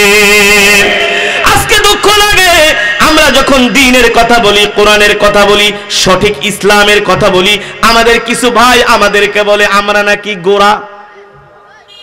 আমরা কি? আমরা নাকি গোরা। আল হাক্কু মুররুন, হক কথা তিতা। কি ওয়াজে গেলে বলে হুজুর এমন ওয়াজ করবেন, এমন যাতে সবাই খুশি হয়। আমি বলি ভাই, কোরআনের মধ্যে এমন কোন ওয়াজ নাই করলে সবাই খুশি হবে? আছে? সুদের বিরুদ্ধে ওয়াজ করলে যেই ভাই সুদ খায় সে রাগ করবে, ঘুষের বিরুদ্ধে ওয়াজ করলে যেই ভাই ঘুষ খায় সে রাগ করবে, মানুষের সম্পদ জোর দখল করে আত্মসাৎ করে তাদের বিরুদ্ধে ওয়াজ করলে তারা রাগ করবে। যারা নামাজ পড়ে না তাদের বিরুদ্ধে ওয়াজ করলে তারা রাগ করবে, যারা ইয়াবার ব্যবসা করে, গাজার ব্যবসা করে, তাদের বিরুদ্ধে ওয়াজ করলে তারা রাগ করবে। ঠিক কিনা বলেন? তার মানে এই জমিনের মধ্যে কে খুশি হলো, কে বেজার হলো, এটা দেখার সময় নাই। একজন হক্কানি আলেমের দায়িত্ব হলো আল্লাহর জমিনে মুসলমানের সামনে হকের উচ্চারণ করা। ঠিক কিনা বলে? হযরত সাহাবায়ে কেরাম দ্বীনের কথা বলতে গিয়ে নিজের জীবন দিয়েছেন, একটু পরিমাণ পিছপা হয় নাই। আমরা আল্লাহর জমিনে আল্লাহর দ্বীনের কথা বলবো, হক কথা বলবো, কারো রক্ত চক্ষুকে ভয় করবো না।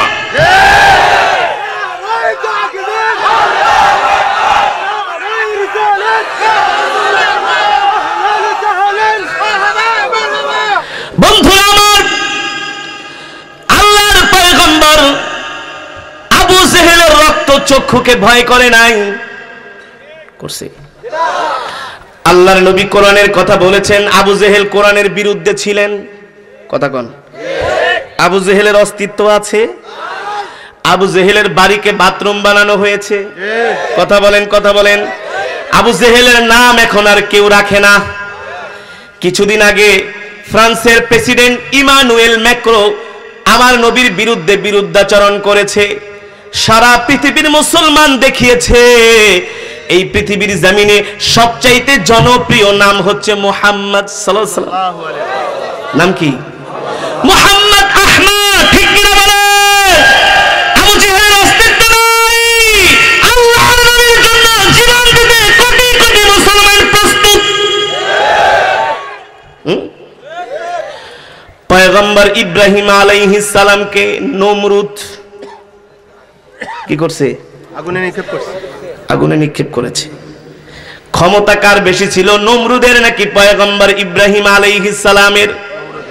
এ যুবক ভালো করে শোনো, তুমি যখন দ্বীনের পথে থাকবা, ইসলামের পথে থাকবা, কোরআনের পথে থাকবা, তোমাকে সাহায্য করার দায়িত্ব কার? তোমাকে হেফাজত করার দায়িত্ব কার? ইব্রাহিম আলাইহিস সালাম নমরুদের সাথে বাহাসে বসেছেন, হক কথা বলেছেন। ও নমরুদ, আপনি মাটি দিয়া যেই মূর্তি বানান, এই মূর্তিকে সেজদা করে কোনো লাভ নাই।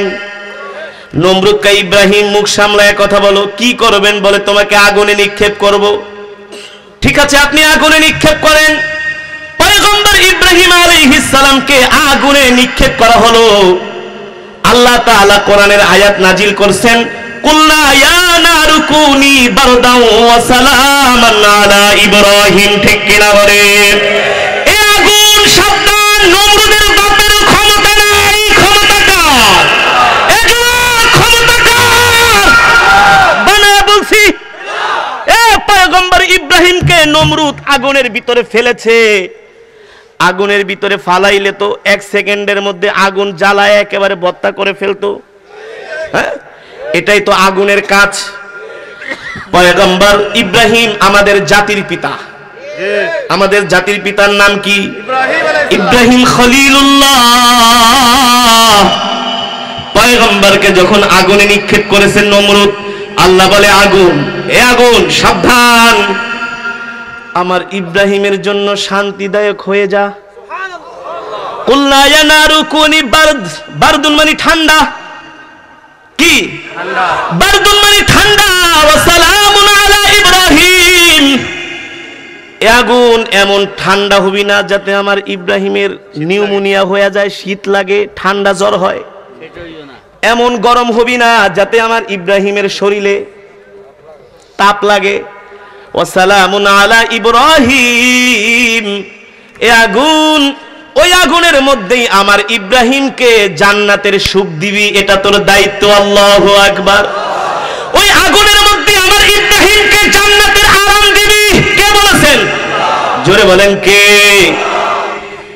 পয়গম্বর মুসা আলাইহিস সালাম দ্বীনের পক্ষে ছিলেন, ফেরাউনের কাছে গেছেন দ্বীনের দাওয়াত নিয়ে। কি নিয়ে? জোরে বলেন। মুসা আলাইহিস সালাম যায় বলে, ফেরাউন আপনি মাটি দিয়া মূর্তি বানায়া যেই মূর্তিকে সেজদা করেন, এই সমস্ত বাটপারি সাটপারি বাদ দেন। কি করে? ফেরাউন কয়, বেটা আমার দেশে থাইকে আমার ঘরে খায়া এতদিন দুধ কলা খেয়ে খাওয়ায়া মনে হয় কালসাপ পুষ্টি, বলস কি আমার ধর্ম ছেড়ে দিতে বলে। হ্যাঁ, এইসব ধর্ম ছেড়ে দেন, এক আল্লাহকে গ্রহণ করেন। ফেরাউন বলে আনা রব্বুকুমুল আলা, বেটা আমি তো বড় খোদা। নাউজুবিল্লাহ, জোরে বলেন নাউজুবিল্লাহ। ফেরাউন বলে তুমি কোন খোদার পরিচয় দিচ্ছ? মুসা আলাইহিস সালাম বলেন রব্বুকুম ওয়া রব্বু আবাইকুমুল আউয়ালিন। আল্লাহু আকবার। এ ফেরাউন, আপনার সামনে আমি যে খোদার পরিচয় তুলে ধরছি, এই খোদা আপনারও খোদা, আমারও খোদা, আমাদের আগে যারা আসছেন তাদেরও খোদা। আল্লাহু আকবার। এমন শক্তিশালী বাদশা ফেরাউন, 450 বছর যার রাজত্ব, এমন শক্তিশালী বাদশার সামনে যে মুসা আলাইহিস সালাম তাকে ধমক দিচ্ছেন। কি করছেন? ধমক দিচ্ছেন। জোরে বলেন। আর আমরা হইলে তো স্যার স্যার, খালি তেল মারা। Yes madam, yes madam, no madam বলার কারো সাহস নাই। খালি তেল মারা, তেল মারা, তেলবাজি করা, তেলবাজি করা। একা মুসা, মুসা কি কেউ নাই সাথে। এমন একজন প্রতাপশালী বাদশা ফেরাউনের সামনে যায় সব ছাড়েন, এটি বাটপারি সাটপারি ছাড়া আর কিছুই না।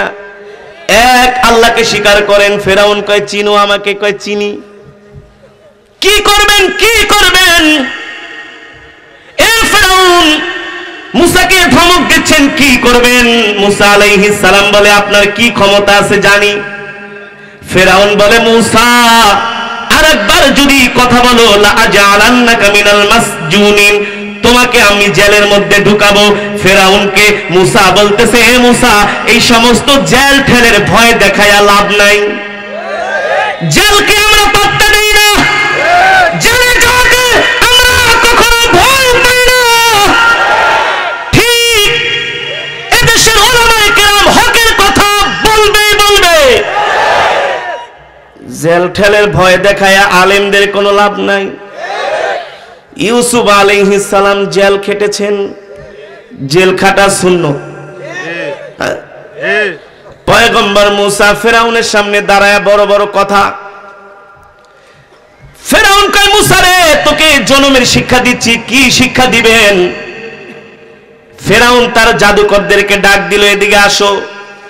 সে আমাকে দ্বীনের কথা শোনাইতে আসছে, ইসলামের কথা বুঝাইতে আসছে, একটু মজা দেখায় দাও।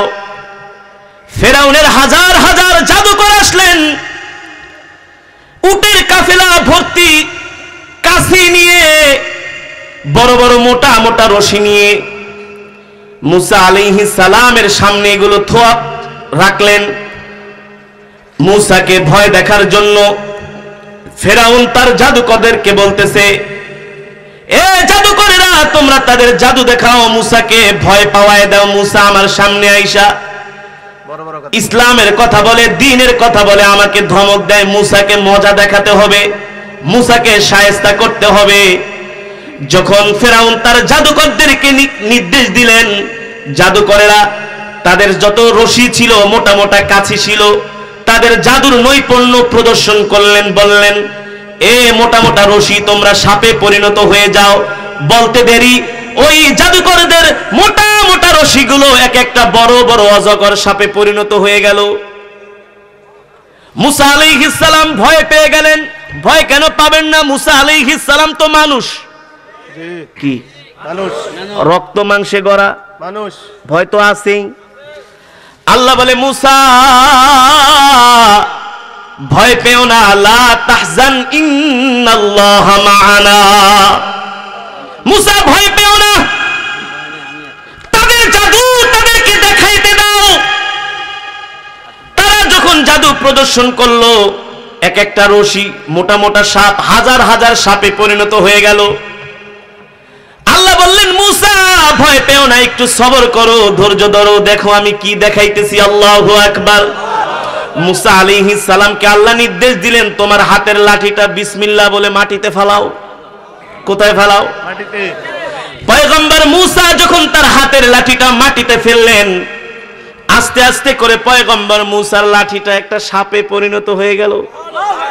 প্রথম ছোট সাপ, কি জাদুকররা মনে করছে মুসা ধরা খেয়ে গেছো, এবার ঠেলাটা বুঝবা। মুসা ভয় পায় নাই। মুসা মনে মনে ভাবে আমি যে আল্লাহর দ্বীন কায়েম করার জন্য আসছি, দ্বীনের দাওয়াত দেওয়ার জন্য আসছি, আমার দায়িত্ব হচ্ছে দ্বীন পৌঁছে দেওয়া, আর বিজয় দেওয়ার মালিক কে? জোরে বলেন কে? এবার আস্তে আস্তে করে মুসার সাপ বড় হচ্ছে, বড় কেমন বড়, কেমন বড়, যেদিকেই মুসার সাপ মুসার লাঠি মুখ ফিরায় সেই দিক থেকে জাদুকরদের যত সাপ ঠাপ আছে সব মুসার লাঠির পেটের মধ্যে ঢুকে যায়। আর আস্তে কোন আল্লাহু আকবার। এটা তো গুলিস্তানের জাদু পাইছেন নাকি? হ্যাঁ, বঙ্গবাজারের জাদু। জোরে বলেন আল্লাহু আকবার, আর জোরে আল্লাহু আকবার। ক্ষমতাকার ডান দিকে পয়গম্বর মুসার লাঠি ঘুরে, ডান দিকে যত সাপ বাঘ ভাল্লুক সব পেটের মধ্যে ঢুকে যায়, বাম দিকে ঢুকে পেটের মধ্যে ঢুকে যায়, সামনের দিকে ঢুকে পেটের মধ্যে ঢুকে যায়।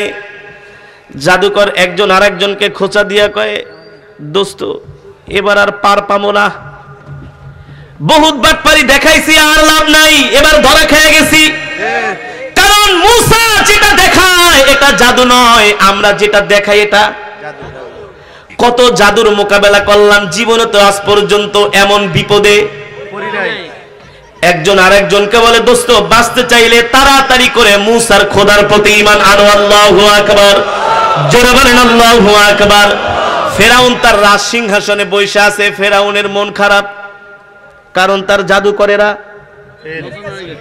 হেরে গেছে, জাদুকরেরা সেজদায় পড়ে গেছে,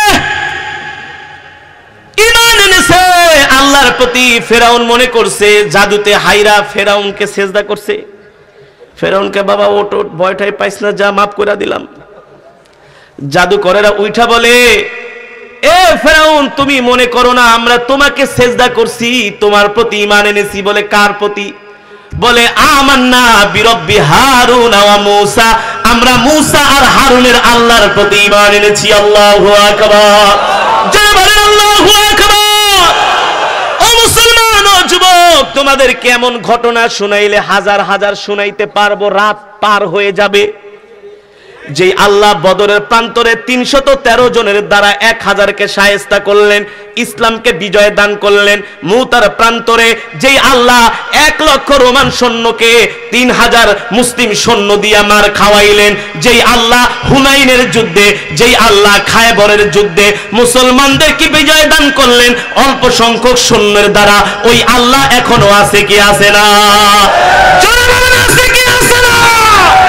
খোদার কসম করে বলি, বাতিলকে ভয় না পেয়ে আমরাও যদি আল্লাহর জমিনে আল্লাহর দ্বীনকে প্রতিষ্ঠিত করার জন্য, আল্লাহর কোরআনকে প্রতিষ্ঠিত করার জন্য, ইসলামকে বিজয়ী করার জন্য সারা পৃথিবীর 180 কোটি মুসলমান যদি ময়দানে বের হয়, বাতিল পালাবার পথ পাবে না। ঠিক কিনা বলেন? সুতরাং মুসলমান আল্লাহ ছাড়া কাউকে ভয় পায় না। মুসলমান ভয় পায় কাকে? জোরে বলেন, জোরে বলেন। এ যুবক ভালো করে মনে রাখবা, কিছু নাস্তিক মুরতাদ বাম রাম আমাদেরকে একটা কথা বলে বিভ্রান্ত করে যে আল্লাহ নাকি আল্লাহর দ্বীন আল্লাহ হেফাজত করবে। চ্যালেঞ্জ, চ্যালেঞ্জ, আল্লাহর দ্বীন আল্লাহ হেফাজত করবে না, আল্লাহর দ্বীন হেফাজত করবে মুসলমানেরা, যুবকেরা। ঠিক কিনা বলেন? আল্লাহর দ্বীন আল্লাহর জমিনে হেফাজত করবে কালিমাওয়ালা মুসলমানেরা। যদি আল্লাহর জমিনে আল্লাহর দ্বীন হেফাজত না করো, হাসরের মাঠে আল্লাহ একটাকেও ছাড়বে না। ছাড়বে? ছাড়বে না। বলবে ইসলামের বিরুদ্ধে কথা বলা হয়েছে, কোরআনের বিরুদ্ধে, আল্লাহকে নবীকে গালি দেওয়া হয়েছে, এটাই তো ইসলামের বিরুদ্ধে আঘাত। হ্যাঁ, আল্লাহর নবীকে গালি দিবে, তুমি একেবারে মিলাদ পয়রা জিলাপি খায়া একেবারে বাজারের জিলাপি শেষ করে ফালাইবা, এটা কখনো ইসলাম নয়। এর বিরুদ্ধে প্রতিবাদ করাই হচ্ছে ইসলাম। বাতিলের মোকাবেলায় হক দাঁড়িয়ে যাবে, এটাই হচ্ছে ইসলাম। ঠিক কিনা বলেন? তাহলে যতদিন বাঁচবো আল্লাহর জমিনে আল্লাহর দ্বীনকে বিজয় করার তামান্না নিয়ে বাঁচবো, ঠিক কিনা বলেন?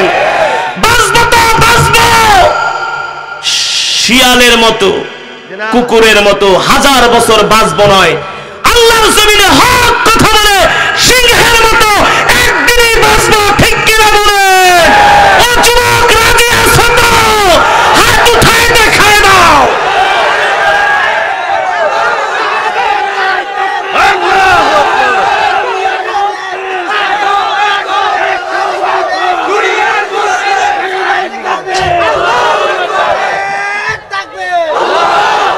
বর্তমানে সমাজের মধ্যে যেটা দেখছি খুব অভাব, এদেশের যুবকদেরকে কোরআনের কথা শুনিয়ে এদেশের যুবকদের ঈমানকে তাজা করতে হবে, ঈমানকে মজবুত করতে হবে, ঈমানকে জিন্দা করতে হবে, ঠিক কিনা বলেন? আল্লাহর পয়গম্বর হাবিবে কিবরিয়া হাসরের মাঠে দাঁড়ায় বলবে, মায়ের ডরে মামলার ভয়ে হক কথা বলস নাই, আমি নবী তো মার খেয়েছি, ঠিক কিনা বলেন? সুতরাং যতদিন বাঁচবো হক কথাগুলো বলবো, কোরআনের পক্ষে থাকবো, সবার সাথে আমাদের গভীর সম্পর্ক বন্ধুত্ব থাকবে, এক মুসলমান আর এক মুসলমানকে কলিজা দিয়ে ভালোবাসবো, হৃদয়ের গভীর থেকে ভালোবাসবো। ইসলামের বিরুদ্ধে কথা বললে বিন্দু পরিমাণ ছাড় দেওয়ার কোনো সুযোগ নাই।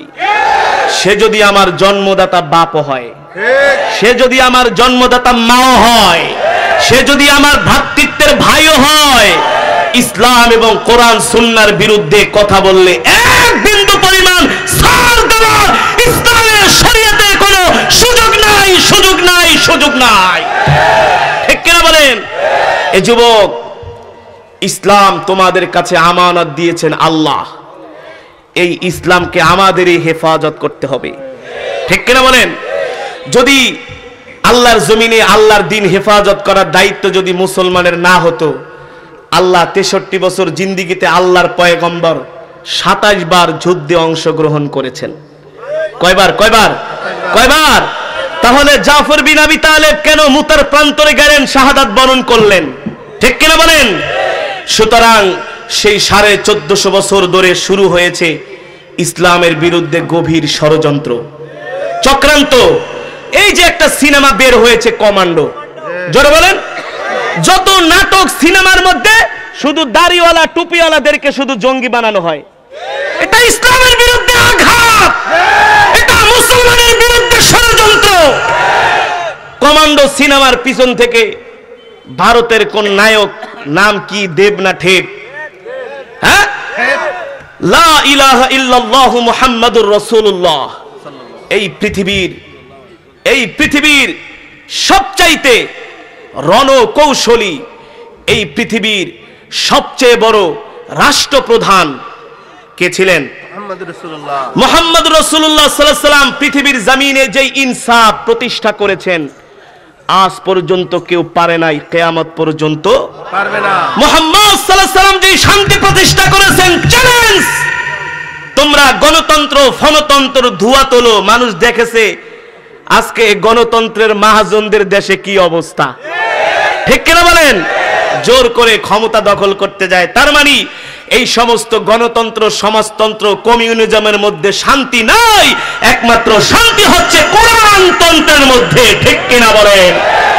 ওই পতাকার পিছন থেকে দেব কে AK-47 নিয়া বের হইয়া গুলি করতেছে, ওরে বাবারে। তার মানে বুঝাইতেছে যারা মুহাম্মদ সাল্লাল্লাহু আলাইহি ওয়াসাল্লামের অনুসারী তারাই জঙ্গি। নাউযুবিল্লাহ। এটা ইসলামের বিরুদ্ধে ষড়যন্ত্র নয়? ষড়যন্ত্র। এর প্রতিবাদ করা কি আমাদের দায়িত্ব নয়? এই প্রতিবাদ করলে এদেশের রাম বাম কিছু নাস্তিক তারা আমাদেরকে জঙ্গি বলে, ঠিক কি বলেন? আসলে আমরা জঙ্গি না, ওরা জঙ্গি, ওদের 14 গোষ্ঠীর জঙ্গি। আল্লাহু আকবার, আল্লাহু আকবার। হুশিয়ার শব্দ,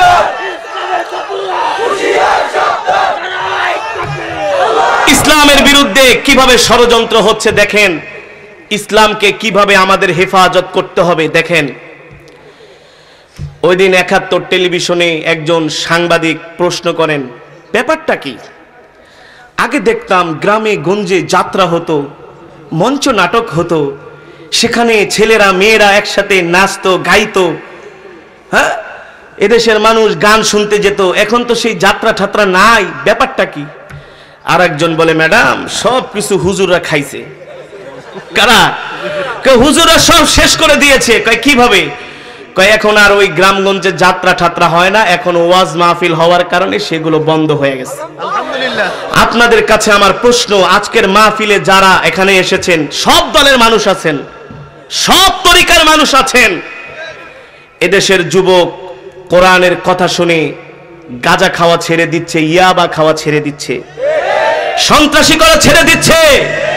প্রতিদিন শতে শতে ফোন আসে, মোবাইল টেকিং করে দেখবেন যারা গোয়েন্দা সংস্থার লোক আছেন, বলে হুজুর এই যে দেখেন আপনার কোরআন তেলাওয়াত শুনতেছি। ভাই কোরআন তেলাওয়াত কেন শুনো? বলে হুজুর আগে গান টান শুনতাম, সিনেমা দেখতাম, গাঁজা খাইতাম, কিন্তু কোরআন তেলাওয়াত শোনার পরে হুজুর এখন গান টান সব শোনা বাদ দিয়ে দিছি, গাঁজা খাওয়া বাদ দিয়ে দিয়েছি। তাহলে যারা গাঁজার ব্যবসা করে তারা তো আমাদের বিরুদ্ধে লাগবেই, যারা এই সমস্ত অশ্লীল গানের ফ্যাক্টরি বসায় তারা তো আমাদের বিরুদ্ধে লাগবেই। আজকে কোরআনের মাহফিলের কারণে এদেশের হাজার হাজার লক্ষ লক্ষ যুবক ইসলামের পথে, আজকের কোরআনের মাহফিলগুলোতে লক্ষ লক্ষ মুসলমানের ঢল। এটাও কিছু নাস্তিক মুরতাদদের সহ্য হয় না, তাই ওয়াজ মাহফিল বন্ধ করে দেন। আরে ওয়াজ মাহফিল একে তো হচ্ছে দ্বীনি দাওয়াতের কাজ, আর এটা বাংলার সংস্কৃতির সাথে মিশে গিয়েছে, ঠিক কিনা বলেন? একটা মাহফিলকে কেন্দ্র করে যেই এলাকায় মাহফিল হয় ওই এলাকা মনে হয় ঈদের দিন, ঈদের দিন মনে হয়। সেই দুবাই থেকে ফোন করে, হুজুর অমুক তারিখে কিন্তু মাহফিল, আপনার মনে আছে? আমি কিন্তু টিকিট কেটে ফেলাইছি। আমেরিকা থেকে ফোন করে, হুজুর জানুয়ারির মাসে 26 তারিখে আমার মাহফিল, আপনার মনে আছে তো?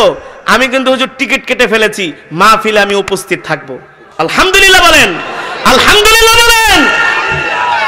যেই গ্রামে ওয়াজ মাহফিল হয় 1 মাস আগ থেকে একটা সাজ রব, একটা আনন্দের আমেজ, আত্মীয় স্বজন আসে কি আছে না? আমার অনেক মা বোনেরা বয়ান শুনতে আসছে, যে দেখেন এই বয়ান শোনার জন্য অনেক আত্মীয় স্বজন 10-15 কিলোমিটার দূর থেকেও এসেছেন, আসছে না? আচ্ছা বলেন, এই যে এতক্ষণ বয়ান করলাম, কোন দলের বিরুদ্ধে বলেছি? প্রশাসনের বিরুদ্ধে, রাষ্ট্রের বিরুদ্ধে, কোন মানুষের বিরুদ্ধে? আরে ভাই এগুলো বলার সময় আমাদের আছে? কোরআনের ওয়াজ করে তো শেষ করতে পারি না, কোরআন তেলাওয়াত করতে করতেই তো দফা ঠান্ডা, আবার অন্যের সমালোচনা করার আমাদের কি দরকার, ঠিক কিনা বলেন? আমরা চাই বাংলার জমিনে ইসলামের বিরুদ্ধে আঘাত করে কেউ টিকতে পারে নাই, পারবেও না ইনশাআল্লাহ। এই কথাটি যারা ক্ষমতায় থাকবে তাদেরই বুঝতে হবে, জনগণের সেন্টিমেন্ট বুঝতে হবে, ঠিক কিনা বলেন? অনেক জায়গায় মাহফিলগুলো বন্ধ করে দেয়া হচ্ছে, দুঃখের বিষয়, কষ্ট লাগে, আফসোস লাগে। কোরআনের মাহফিলে আবার কিসের নিষেধাজ্ঞা? জমিন কার? এই পৃথিবী কার? সেই আল্লাহর জবানের কোরআনের কথা হবে, আপনি মাহফিল বন্ধ করার কে? আমি বলবো কোরআনের মাহফিলে আবার কিসের পারমিশন? কোরআনের মাহফিলে কোনো পারমিশন নেওয়া যাবে না। হ্যাঁ, আইনের প্রতি শ্রদ্ধাশীল হতে হবে, আইন অমান্য করা যাবে না। প্রশাসনের কাছে অবশ্যই নিউজটা পৌঁছাতে হবে যে আমরা একটা কোরআনের মাহফিল করছি, সম্মানিত এসপি সাহেব, ওসি সাহেব, আপনাদেরও দাওয়াত, আপনারাও আসবেন, কোরআনের কথা শুনবেন, আমরা কি আলোচনা করি আপনারা শোনেন, আপনাদেরও হক আছে কোরআনের কথা শোনার, ঠিক কিনা বলেন? কিন্তু একটা মাহফিলের অনুমতির জন্য ওসি সাহেবের কাছে গেলে মনে হয় সে একেবারে নবাব সলিমুল্লাহ, একজন এসপির কাছে গেলে মনে হয় সে আব্দুল হামিদ খান প্রেসিডেন্ট, আব্দুল হামিদ সাহেব বাংলাদেশের প্রেসিডেন্ট, এমন ভাব দেখায়, ঠিক কিনা বলেন? দেখায় কি দেখায় না? কোরআনের মাহফিল আল্লাহর জমিনে চলবেই চলবে।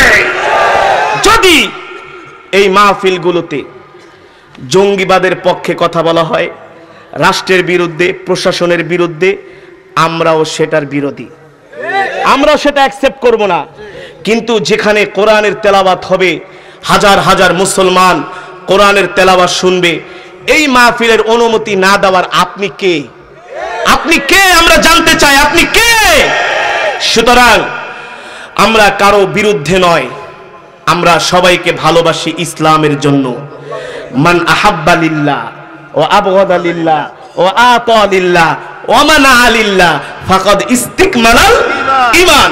কারো সাথে আমাদের কোনো রাগ নাই, কোনো গোসা নাই, কোনো দুঃখ নাই, কোনো কষ্ট নাই। হ্যাঁ, ইসলাম কোরআনের বিরুদ্ধে কথা বললে তুমি হবা আমার সবচেয়ে বড় দুশমন। তোমাকে ইসলাহ করার জন্য জীবন দিয়ে দিব, তোমাকে দ্বীনের পথে আনার জন্য যতটুকু সম্ভব তোমার হাতে ধরব, পায়ে পড়ব, ঠিক কিনা বলেন? সুতরাং ইন্নাদ দীনা ইনদাল্লাহিল ইসলাম, ইসলাম হচ্ছে শান্তির ধর্ম, মানবতার ধর্ম, মুক্তির ধর্মের নাম হচ্ছে ইসলাম। ইসলাম ধর্মের মধ্যে যে শান্তি আছে, পৃথিবীর অন্য কোন ধর্মের মধ্যে সেই শান্তি ঠিক আল্লাহ তাআলা আল্লাহর জমিনে সেই ইসলাম, সেই দ্বীনকে বিজয়ী করার তৌফিক দান করুক, বলি আমিন। ও যুবক সাবধান, কোরআনের পথে থাকবে, ইসলামের পথে থাকবে, দ্বীনের পথে থাকবে। জীবন চলে গেল কোন নেতা, কোন নেত্রী, কোন দলকে খুশি করার জন্য আল্লাহর কোরআনের বিরুদ্ধে যাওয়া যাবে না, আলেমদের বিরুদ্ধে কথা বলা যাবে না, সাবধান, ধ্বংস হয়ে যাবে, ঠিক কিনা বলেন? ইসলামের বিরুদ্ধে, কোরআনের বিরুদ্ধে কথা বলে কেউ টিকে নাই। যাও ইতিহাস পড়ো, ইতিহাস ঘেটে দেখো, ইতিহাস খুঁজে দেখো, যারা ইসলামের পক্ষে ছিল তারাই আছে। ইসলাম ছিল, ইসলাম আছে, জোরে বলেন। ইসলাম ছিল, ইসলাম আছে, ইসলাম থাকবে। আমরাও যতদিন জীবনে বেঁচে থাকবো ইসলামের পক্ষে থাকবো। আল্লাহ আমাদের তৌফিক দান করুক, বলি আমিন। আরো জোরে সরে বলি আমিন। এই বিশাল জনসমুদ্র, এই ইসলামী মহা সম্মেলনকে আল্লাহ কিয়ামত পর্যন্ত কবুল করুক। এই মাহফিলটা আগামী বছর হবে, চান তো আপনারা? কে কে চান? হাত উঠান তো। নারায়ে তাকবীর, নারায়ে তাকবীর। আল্লাহ সকলকে কবুল করুক। হাত নামান। এই মাহফিল যুগের পর যুগ চলবে, প্রজন্মের পর প্রজন্ম। এমন দিন আসবে নাতি বলবে, হুজুর এই মাহফিলের সভাপতি ছিলেন আমার দাদা। কি? কোরআনের মাহফিল বন্ধ করার ক্ষমতা কারো নাই। আল্লাহ তাআলা আমাদের সকলকে দ্বীনের জন্য, ইসলামের জন্য কবুল করুক, বলি আমিন। এই আশা ব্যক্ত করি আমি আমার আলোচনা এখানে শেষ করছি। কিছু বলবেন? আল্লাহুম্মা সাল্লি আলা মুহাম্মাদ ওয়া আলা আলি মুহাম্মাদ কামা সাল্লাইতা আলা ইব্রাহিম ওয়া আলা আলি ইব্রাহিম ইন্নাকা হামিদুম মাজিদ। বসেন বসেন, দোয়া করে যান। আরে এতক্ষণ আলোচনা শুনে, কোরআন তেলাওয়াত শুনে দোয়া না করে যাবেন? এক খতম করে কোরআন শরীফের সওয়াব পেয়েছেন, দোয়া করে যান। বসেন বসেন। আল্লাহুম্মা বারিক আলা মুহাম্মাদ ওয়া আলা আলি মুহাম্মাদ কামা বারাকতা আলা ইব্রাহিম ওয়া আলা আলি ইব্রাহিম ইন্নাকা হামিদুম মাজিদ। আস্তাগফিরুল্লাহাল্লাযী লা ইলাহা ইল্লা হুয়াল হাইয়ুল কাইয়্যুম ওয়া আতুবু ইলাইহি। لا حول ولا قوة إلا بالله العلي العظيم. اللهم آمين. ربنا ظلمنا أنفسنا وإن لم تغفر لنا وترحمنا لنكونن من الخاسرين. ربنا آتنا في الدنيا حسنة وفي الآخرة حسنة وقنا عذاب النار. يا أول الأولين يا آخر الآخرين يا ذا القوة المتين يا راحم المساكين يا أرحم الراحمين يا أرحم الراحمين يا أرحم الراحمين يا علي يا عظيم يا حليم يا كريم. أي مولاي كريم মেহেরবানি করে আল্লাহ সেই সন্ধ্যা থেকে বিকাল থেকে শুরু করে আপনার পেয়ারা বান্দারা গভীর রজনী পর্যন্ত কোরআনের মজমায় বসে বসে কোরআনের তেলাওয়াত শুনেছে, কোরআনের বয়ান শুনেছে। আয় মালিক, আমি নাফরমান, তাদেরকে কি দিয়ে বিদায় করব? এই গভীর রজনীতে কোন বাড়ির দরজায় যদি ভিক্ষুক যায়, কোন মানুষ তো ফিরায় না। আমরা তো তোমার রহমতের কাঙ্গাল, আমরা তো তোমার ভালোবাসার ভিখারি, আমরা তো তোমার দয়ার ভিখারি গো মাওলা, মেহেরবানি করে আপনিও আমাদেরকে খালি হাতে ফিরাইয়া দিয়েন না। আয় মালিক, জীবনে যত গুনাহ করেছি, জীবনের সব গুনাহগুলো আজকেই মাফ করে দেন গো আল্লাহ। আয় মালিক, গুনাহ মাফ না করে বাড়িতে নিয়েন না, গুনাহ মাফ না করে প্যান্ডেল থেকে বের করিয়েন না। আয় আরশের মালিক, মেহেরবানি করে আল্লাহ আজকের মাহফিল যারা আয়োজন করেছে, টাকা দিয়ে, পয়সা দিয়ে, বুদ্ধি দিয়ে, পরামর্শ দিয়ে যারা মাহফিলের আয়োজন করেছে, আল্লাহ মেহেরবানি করে তাদের মেহনত, তাদের দানকে কবুল আর মঞ্জুর করে নেন। আয় আল্লাহ, এই মাহফিলের জন্য যারা শ্রম দিয়েছেন, মেহনত করেছেন, সুন্দর সুন্দর বুদ্ধি দিয়েছেন, সহযোগিতা করেছেন, সকলের কোরবানিকে আপনি কবুল করে নেন। আয় আল্লাহ, মেহেরবানি করে আমাদের জনম দুঃখিনী আব্বা জান, আম্মা জানের কবরে আযাবগুলো মাফ করে দেন। আব্বা আম্মার কবরকে জান্নাতের বাগান বানায় দেন। আয় আল্লাহ, দাদা দাদি, নানা নানি, আত্মীয় স্বজন, পাড়া প্রতিবেশী সকল মুসলমানদেরকে মাফ করে দেন। অত্র এলাকায় যত মুর্দেগান অন্ধকার কবরে শুয়ে আছে, আল্লাহ সকলের কবরে আযাবগুলো মাফ করে দেন। আয় আল্লাহ, এই মাহফিলের যেই যুবকরা নেতৃত্ব দিয়েছেন, প্রত্যেকটা যুবককে আপনি দ্বীনের জন্য কবুল করে নেন, ইসলামের জন্য কবুল করে নেন। আয় মাওলাই করিম, মেহেরবানি করে আল্লাহ জাহান্নামের আগুন আমাদের জন্য হারাম করে দেন, একটা জান্নাতুল ফিরদাউস আমাদের জন্য নসিব করে দেন। আয় মাওলাই করিম, আমাদের সাথে অনেক বৃদ্ধ দাড়ি পাকা বাবারা হাত উঠিয়েছে, আল্লাহ তাদেরকে মাফ করে দেন, তাদেরকেও সিলা করে আমাদেরকেও মাফ করে দেন। আয় মাওলাই করিম, এই মাহফিলকে কিয়ামত পর্যন্ত কবুল করে নেন। আল্লাহ, আমাদের সাথে অনেক মা বোনেরা হাত উঠিয়েছে, মা বোনদেরকে মাফ করে দেন, মা বোনদেরকে পর্দায় থাকার তৌফিক দিয়ে দেন, সময় মতো টাইম টু টাইম 5 ওয়াক্ত নামাজ মা বোনদেরকে পড়ার তৌফিক দিয়ে দেন গো আল্লাহ। আয় মাওলাই করিম, মেহেরবানি করে আল্লাহ কোরআনের মাহফিল কুশিলা করে অত্র এলাকার প্রতিটা ঘরের মধ্যে আপনি হেদায়েতের নূর পয়দা করে দেন। সবার দিলের মধ্যে দ্বীনের মোহাব্বত, ইসলামের মোহাব্বত, আপনার মোহাব্বত ঢুকায় দেন গো আল্লাহ। আয় আল্লাহ, আমাদের মধ্য থেকে অনেকে অসুস্থ, দোয়া চেয়েছেন, আল্লাহ যে যে অসুস্থে ভুগতেছেন সবাইকে আপনি পরিপূর্ণ শেফায়ে আজেলা কামেলা দায়েমা নসিব করে দেন। আয় মালিক, আমাদের অনেক ভাই প্রবাসে আছে, আল্লাহ যারা প্রবাসে আছে তারা দেশকে কত ভালোবাসে, পরিবারকে কত ভালোবাসে, নিজের শরীরের রক্ত পানি করে আল্লাহ যে রেমিটেন্স যোদ্ধারা দেশের জন্য বিদেশ থেকে অর্থ পাঠায়, তাদের জান মাল আপনার কুদরতি হাতে সুপর্দ করলাম। আল্লাহ, আপনি তাদেরকে হেফাজত করিয়েন, আল্লাহ আপনি তাদেরকে ভালো রাখেন, আল্লাহ আপনি তাদেরকে সাহায্য করিয়েন। আল্লাহ যে যে নেক উদ্দেশ্য নিয়ে আপনার দরবারে হাত উঠিয়েছে, আল্লাহ সকলের মনের নেক মাকাসুদ গুলো পূর্ণ করে দেন। আল্লাহ আপনি আমাদের দ্বীনের জন্য, ইসলামের জন্য কবুল করে নেন। আয় আল্লাহ, আপনি আমাদের তামাম জীবনের সব গুনাহ খাতাগুলো মাফ করে দেন। আয় মাওলাই করিম, আমাদের এই প্রিয় জন্মভূমি, মাতৃভূমি বাংলাদেশের উপর রহমত নাজিল করেন, আমাদের এই দেশটাকে ফুলে ফলে ভরে দেন।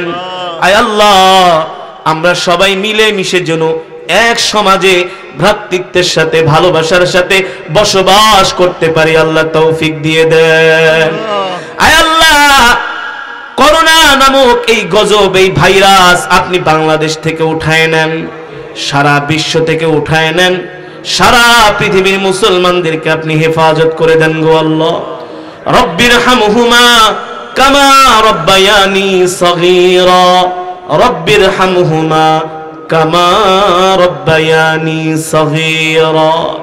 ও মালিক, এই দুনিয়া ছেড়ে একদিন চলে যেতে হবে, কেউ থাকতে পারে না। আল্লাহ আল্লাহ মরে যাব, লাশটা খাটের মধ্যে পড়ে থাকবে, নাকের মধ্যে তুলা ঢুকাবে, কানের মধ্যে তুলো ঢুকাবে, একটা কাপড় মুড়ো দিয়ে রাখবে, আত্মীয় স্বজন এসে কান্নাকাটি করবে, ছেলে সন্তান শেষ বিদায় দিয়ে চলে আসবে। ওই কবর এমন এক ঘর, ওই কবরটা আপনি আমাদের জন্য জান্নাতের বাগান বানায় দিয়েন গো আল্লাহ। মালিক মৃত্যু তো দিবেন, এই মৃত্যুটা দ্বীনের জন্য জিহাদের ময়দানে দিয়েন গো আল্লাহ। বাইতুল্লাহ শরীফে মৃত্যু দিন, মদিনাতুল মুনাওয়ারা কলিজার টুকরা পেয়ারা নবীজির রওজার পাশে মৃত্যু দিয়েন, সেজদা অবস্থায় মৃত্যু দিয়েন, কোরআন তেলাওয়াত অবস্থায় মৃত্যু দিয়েন, নামাজ অবস্থায় মৃত্যু দিয়েন। নাফরমান বেঈমান বানায়া কবরে ডাক দিয়েন না গো আল্লাহ। আপনার প্যারা বান্দা বানায়া কবরে ডাক দিয়েন, রব্বির হামহুমা কামা রব্বায়ানি সগীরা, রব্বির হামহুমা কামা রব্বায়ানি সগীরা, বিদুরি সুবহানা রব্বিকা রব্বিল ইজ্জাতি আম্মা ইয়াসিফুন ওয়া সালামুন আলাল মুরসালিন ওয়ালহামদুলিল্লাহি রাব্বিল আলামিন। واجعل آخر كلمتنا عند الموت لا إله إلا الله محمد رسول الله.